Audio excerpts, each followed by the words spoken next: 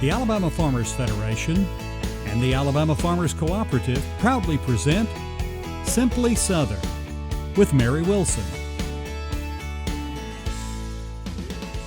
Hello again and welcome aboard for another edition of Simply Southern. I'm Mary Wilson. With so many months of warm weather, Alabama has a lot of fun festivals scheduled throughout the year. Since we've covered so many of them on the show, this week's Simply Southern Look Back is all about festivals. History is the theme behind Frontier Days in Wetumpka. Reenactors come together every year to bring the early American frontier to life. Flying bales, bagpipes, and big fellas flinging logs, we'll look back on our trip to Dothan's Highland Games. Long before there was a state called Alabama, this land was home to a variety of Native American cultures. And every year, this heritage is celebrated during the Moundville Native American Festival. But first, we'll remember the time we joined the fun at Athens' favorite Fiddle Fest. What sustains us? Food? Family? Faith. Alabama farmers live those things every day. They conserve our resources, clothe our families, and fill our tables. They cultivate jobs for our communities and values for our future. Farmers grow it all, right here in Alabama. There's no such thing as downtime when you own a farm. This is your land. You tend it and try to get the most from it, no matter the weather or time of day. It's been that way for generations. And for generations, your local quality co-op store has been there for you, with a full range of agriculture supplies and services, from feed to fertilizer, seed to grain storage, and the right hardware for any application. You'll always find what you need, plus friendly, knowledgeable advice at your local quality co-op store. There's one near you. Legendary Fort Payne country group Alabama once sang, "If you're gonna play in Texas, you gotta have a fiddle in the band." The truth is, there's been quite a bit of fiddling up in North Alabama over the years, more than half a century's worth. Our Simply Southern Festival Fest begins up yonder, under the shade trees of Athens State University, as we bring you our Season 4 story on the Tennessee Valley Old Time Fiddlers Convention. During the first weekend in October, the city of Athens welcomes over 15,000 guests who enjoy strumming, plucking, and pulling a bow across instruments to produce that old-timey music. It's the annual Tennessee Valley Old Time Fiddlers Convention, and it's a true celebration of traditional Southern music. Out of the musicians here, while most musicians here are not competitors, they're mostly just here just to play. A lot of people might call that shade tree picking. But it's picking, it's making music with people you know, it's making music with people you don't know. There's just something about music that excites you and just pulls you to it. The festival has something for everyone. Those that are seeking performance through the competition, they get up on the stage, and then you've got the people that like to just play. They don't care if anyone's listening or not. The whole family can find something that they can enjoy. I'm not a musician, but I love coming to this thing. And I know a lot of other people that are not musicians, but this is on their calendar and they're going to be here because they're going to enjoy the food, seeing the arts and crafts, which are an important part of this convention, and also the music. Visitors say the laid-back nature of the convention makes it special, but while winding through the impromptu jam sessions, you can also enjoy scheduled events, like last year's tribute to the Delmore Brothers. Originally from Elkmont, the Delmore Brothers enjoyed great successes in the 1930s and even played regularly at the Grand Ole Opry. The two-day convention culminates Saturday evening when musicians step to the stage to shine. We typically have between 150, 200 that compete as competitors. We have about 20 different categories, from everything from buck dancing and then mandolin, guitar, old-time bands, bluegrass bands, and then obviously the fiddle competitions. And at the end of the night, we're going to crown the Alabama State Champion, and we're excited about that we have that title and we're able to bestow it upon the person that wins the competition here each year. The 2016 contest was special for longtime competitor Maddie Denton of Tennessee. It was the first time she qualified for the Fiddle-Off, and she won. It was a really awesome feeling because I all my idols had won this contest and I hadn't, so it was cool to kind of join people that I really look up to. We all know history repeats itself. At last year's contests, Maddie was named Alabama State Fiddle Champion for the second year in a row, which means she walked away with a trophy and $1,200. Unfortunately, rain forced the finals indoors in 2017, but a healthy crowd of spectators enjoyed listening, toe-tapping, and dancing to the music. The Fiddlers play a lot of waltzes, and you don't get the waltz venue hardly anywhere where you go to dance. We come for the dance. We come here every year, and we see folks that we haven't seen for a year. It's extended family is what it is. While it's a fun-filled celebration of old-time music, for the past 51 years, the festival has also helped support students at Athens State University. Perhaps the most important thing to me is that it helps us generate scholarship monies that serve our students. And over the years that we've had this festival on our campus, we've put, well over $500,000 into endowed scholarships. So, if you're looking for a way to support a worthy cause while also enjoying the efforts of talented musicians, remember to mark your calendar. It's the first full weekend in October every single year, and we hope that folks that weren't able to join us this year will join us next year, because I guarantee you, you won't have much more fun in your life sober as you will have on this campus, coming out and enjoying good people, good music, and good food. It is truly a great event. The Tennessee Valley Old Time Fiddlers Convention celebrated its 53rd anniversary in 2019. But it's not Athens' first Fiddlin' Fest. In 1924, a Fiddlin' Convention was held at Athens Agricultural High School. Before the Great Depression ended its run in the mid-30s, that event helped launch the career of legendary Grand Ole Opry act, the Delmore Brothers. Speaking of legends, we'll take you back to the time the Pipes called Jim Allen down to Dothan dressed in a kilt. Wear long pants, long sleeve shirts, and closed-toed shoes. Don't be ticked. Use repellents with 20% DEET on skin and 0.5% permethrin on gear and clothing. Don't be ticked. Avoid sitting on rotten logs or stumps. Don't be ticked. Protect yourself from serious tick-borne illnesses and seek timely treatment to prevent long-term problems. No hunters were angered in the making of this film. Soybean is a very versatile product. We make crayons out of it. A lot of the combines you see rolling through the fields have a lot of plastic side panels that are made from a soy product. The soybeans that we grow on our farm mostly goes into chicken feed. Soybean production in Alabama employs over 10,000 people. We grow some of the best soybeans in the world. We go the extra mile to make sure when our name is stamped on it, we know it's the best product we can produce. Some of the best things in life start with a bundle. And some of them can actually save you money. Like when you bundle your auto and life insurance with Alpha. Protect what's important to you at a price you can afford. All for a better life. Alpha Insurance. All for a better life. Ask your local agent about Alpha's auto life discount.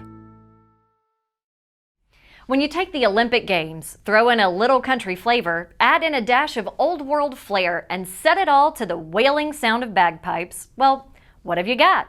The Highland Games. Back in our third season of Simply Southern, Jim Allen got into the Scottish spirit at this unusual Dothan sporting event. The haunting wail of bagpipes fills the air this fine spring morning, beckoning the ancient clans back to their traditional festival grounds. Woman and man, young and old, have come to prove themselves in grueling contests of strength, endurance, and skill. For this is no land for the weak of spirit. This is Dothan, where the lasses are mighty and the men have no pants. You know, if I asked you if you were a true Scotsman, are you? Absolutely. I believe the term is regimental. The second annual Southeast Alabama Highland Games, as most great events started, this one started sitting at a friend's house having a drink. Our athletic director was a nationally ranked thrower, and he wanted to bring something like this to the area. And one night sitting around, we just said, we can pull this off. You might think a weekend watching folks in plaid skirts hurl rocks and hammers around would be boring. You also might be French. But here in the South, Highland Games have found a healthy following with several events throughout Georgia, Tennessee, Kentucky, and the Carolinas. Although Alabama has hosted a number of games in years past, Dothan is hoping to become the state's official home away from the Highlands. Tell me, Bob, do you know any Hank Williams? I know Hank Williams if he were at a Highland Games. We've got competitors from all over coming into this, Florida, Alabama, Georgia. We've got 4 nationally ranked throwers competing with us today. One gentleman here is with the Gimp Style Foundation. He is actually competing in his wheelchair today. So he is throwing the caber, throwing the heavies, you know, as I like to say, showing the big guy how it's done. The Highland Games has something to soothe every soul longing for a little piece of bonny Scotland. You've got pipes and fifes, kilts and colourful clan parades, and even notorious Scottish cuisine, like haggis. If I were in Scotland and I got haggis, what would be in here? Well, we got the sheep's heart, liver, oatmeal, onions. So everything you just said is in here? Except the lungs. Oh my Lord. But the highlight of the day is the games themselves. If hillbillies had worn togas, this might be your Olympics, folks. Some pretty stout guys and gals compete shot-putting stones, hurling heavy bales, throwing hammers and weights, all leading up to the big finale, the caber toss. I don't know what it is about watching someone try to flip a telephone pole, but it's a crowd pleaser. Several of these competitors hold national ranks, competing at games across the nation. But as with many of our modern sporting events, it all probably started with those magic words. Hey y'all, watch this. Living in the Highlands and living for what we would understand as the country, their competitions were, I can toss this hail of bay higher. I can throw this heavyweight farther. And that's how it developed, was the families coming together and competing over their chores, over what they did on a daily basis, see who was better. So that clan was the honored clan. Here in Alabama, we may be more inclined to toss a mullet than a caber, but there's a lot of Scotland in our heritage. So if you're thinking you might like to hook up with your family clan, grab yourself a bite of haggis, or just watch some big fellas throw the old caber around, pencil Dothan into your springtime weekend plans. And don't forget to wear your kilt. The weather's phenomenal, and so it's been great. I would love to see 1,500, even 2,000 people come through here and grow every year. That's what we're wanting to do. We're wanting to grow, make this better, and bring more people here. Normally held in March, the 2020 event was postponed due to the coronavirus pandemic. Personally, I'd need the extra time to work up the courage to even try haggis. We'll shift from hay bale hurling to history with Melissa Bowman's Season 5 visit to Wetumpka's annual Living History Extravaganza at Frontier Days. That's up next on Simply Southern. A farmer has to live on faith. We do all we can do, but we can only control so much. Alabama is the second largest poultry growing state in the nation, so we're trying our best to grow all the corn we can for that. What we produce not only feeds and clothes all of the United States, but about half of what we make goes on to the world market. We've been able to improve yields, have some things that can help us produce a better crop. I'm proud of the product we make and proud that I can say I'm an Alabama farmer. Farm Bureau Bank has built its entire existence around the lifestyle and needs of farmers and ranchers across America. We're here to help grow traditions, give back to agricultural communities, and offer financial convenience for your unique way of life. From sunup to sundown, we are committed to serving you.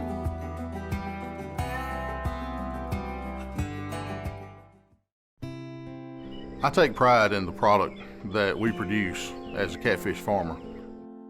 Hi, I'm Willard Poe, and I'm the 2019 Alabama Catfish Farmer of the Year.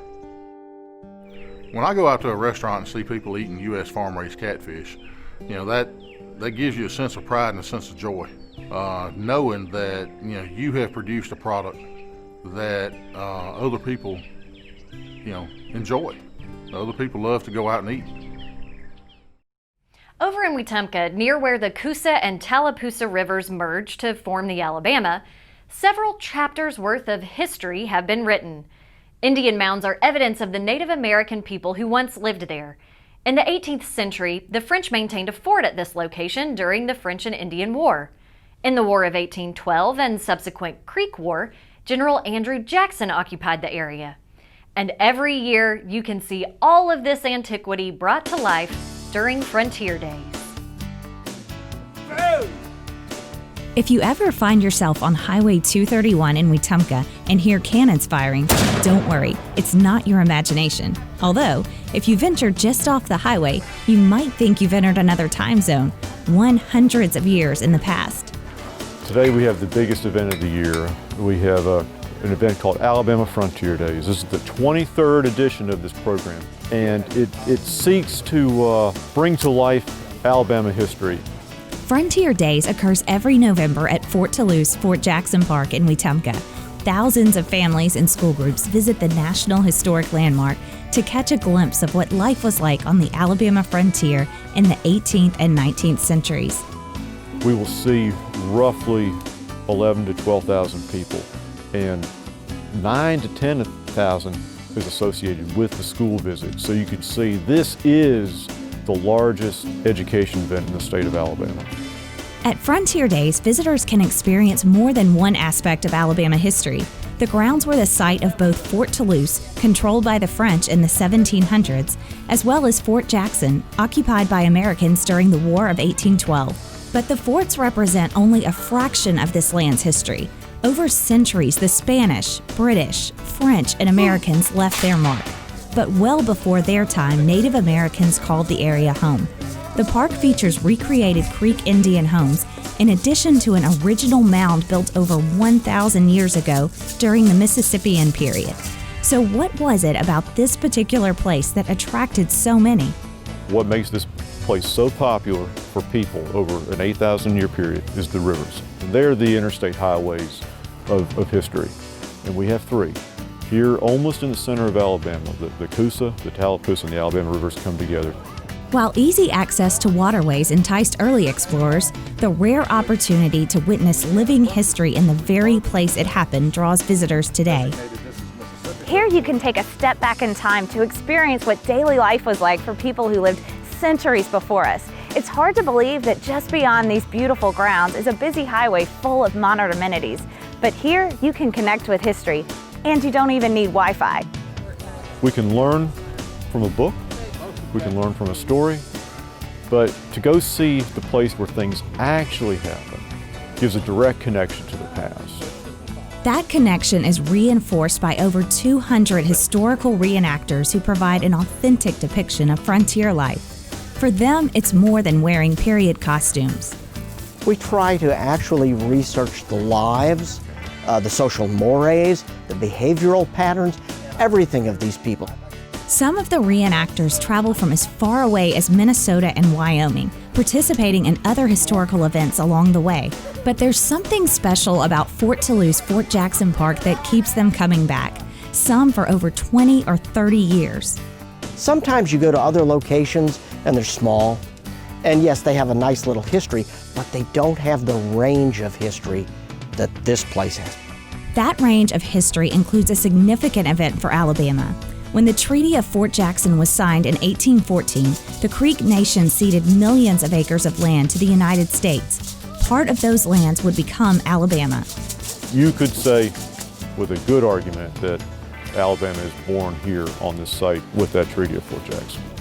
Today, over 50,000 Alabamians and visitors from neighboring states pass through the park annually. Everyone who comes can retrace the footsteps of history and discover it's a blast to learn about the past. For Simply Southern, I'm Melissa Bowman. Perfect job. Frontier Days takes place every year in the fall. If you love history, many of the reenactors you'll meet are very knowledgeable in the stories behind the parts they play. It really is like stepping back in time. For more information about the event, visit fttoulousejackson.org. Speaking of websites, your one-stop resource for all things agricultural, including news and features on Alabama farmers, is on the Alabama Farmers Federation's website at alphafarmers.org. Plus, get the most up-to-date information by following the Alabama Farmers Federation on Facebook, Twitter, and Instagram. When we return, we'll continue our historical theme at a festival celebrating the natives who roamed this land long before we named it Alabama. There's nothing quite like sitting down to a home-cooked meal with fresh vegetables from the garden. With Bonnie plants from your local quality co-op store, you can enjoy the freshest vegetables right from your own backyard. And no matter if you're a raised bed gardener, a rose gardener, or if you farm hundreds of acres, your quality co-op store has exactly what you need to get the most out of your plants. You'll always find what you need, plus friendly, knowledgeable advice at your local quality co-op store. There's one near you. The versatile peanut, meat of the earth, friend of the soil, tasty, nutritious, packed with protein. And Alabama peanut farmers nourish some very special things: families, communities, and Alabama's economy. Peanuts. Good for you, good for Alabama. For more Simply Southern, be sure to follow us on social media. And while you're online, visit our website, simplysouthern.tv.net. Simply Southern will continue in a moment. We believe a plant should be more than a plant. This one is. It's all you need for your garden to succeed, because it's a Bonnie plant. It represents hundreds of varieties of Bonnie's quality veggies and herbs. But more, it's from generations of Bonnie people who are passionate about sharing their love of gardening with you. Look for this little Bonnie plant and a whole family of plants like it in your garden center. Bonnie plants, so you'll know how to grow. Just south of Tuscaloosa, along the Black Warrior River, is one of Alabama's most historic sites. The 29 flat-topped earthen mounds that make up Moundville Archaeological Park mark what once was the largest city north of Mexico. In our very first season of Simply Southern, we featured a yearly festival spotlighting this ancient culture and offering a glimpse at what life might have been like here long before our nation was formed. Every October in Moundville, the Native American Park looks similar to what it looked like hundreds of years ago. That's when Moundville Archaeological Park hosts its annual Native American Festival. The director says it has taken a small army to pull off the event each of the last 25 years.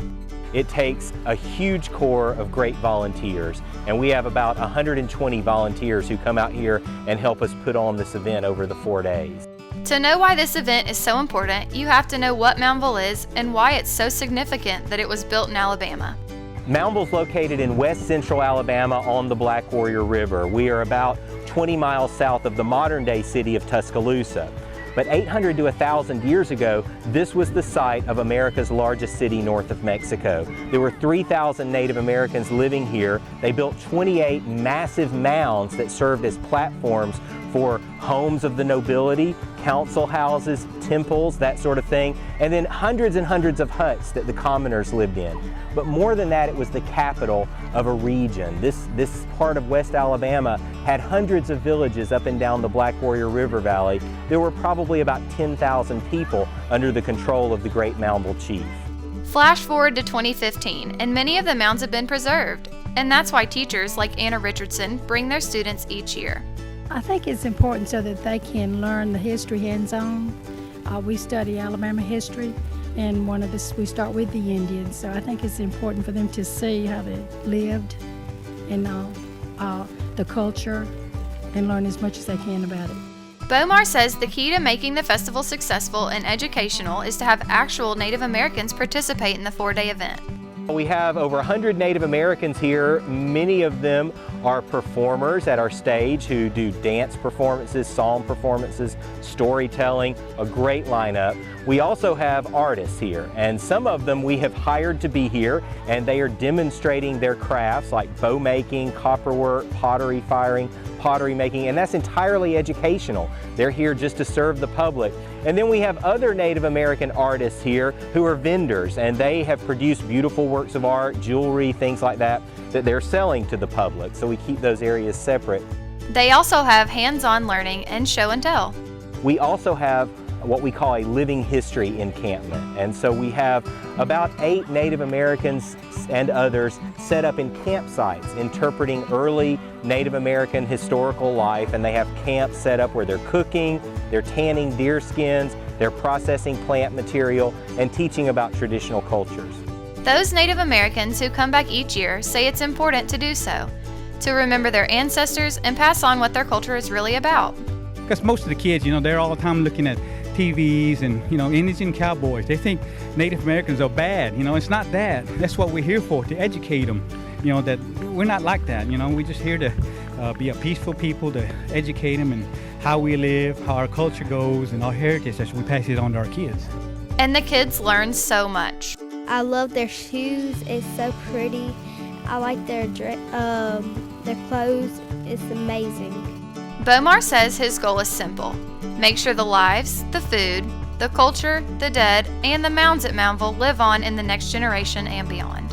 We want people to realize what a rich Native American heritage Alabama has. Here we have Moundville, one of the nation's most significant Native American cultural sites, sacred to thousands and thousands of Native Americans. And it's just such a perfect place to have like a homecoming, for them to come, for the Native Americans to come where their ancestors once lived, where there were once 3,000 people living in this powerful city 800 years ago, and for the public to celebrate their culture with them. The Moundville Park and Museum are open daily 9 a.m. to dusk for tours. You can also camp out in specific sections of the park. It's operated by the University of Alabama. You can read much more on the park and get reservation details at their website, moundville.ua.edu. For Simply Southern, I'm Samantha Carpenter. We hope you've enjoyed this tour of just a few of the fun and informative festivals we've featured on Simply Southern. And we've barely scratched the surface. You can find even more ways to spend your weekends, along with a variety of other stories from around the state, on our website and social media channels. Share Simply Southern with your friends and family by subscribing to the Simply Southern TV YouTube channel, following Simply Southern TV on Facebook, and checking out our blog, which is updated every Sunday morning at 6. Just visit simplysouthern.tv.net. Now, you don't want to miss next week's beastly episode of Simply Southern. We'll be devoting the entire show to a few of the animal friends we've made over the years. Thanks for tuning in to Simply Southern today. I'm Mary Wilson, and I'll see you then.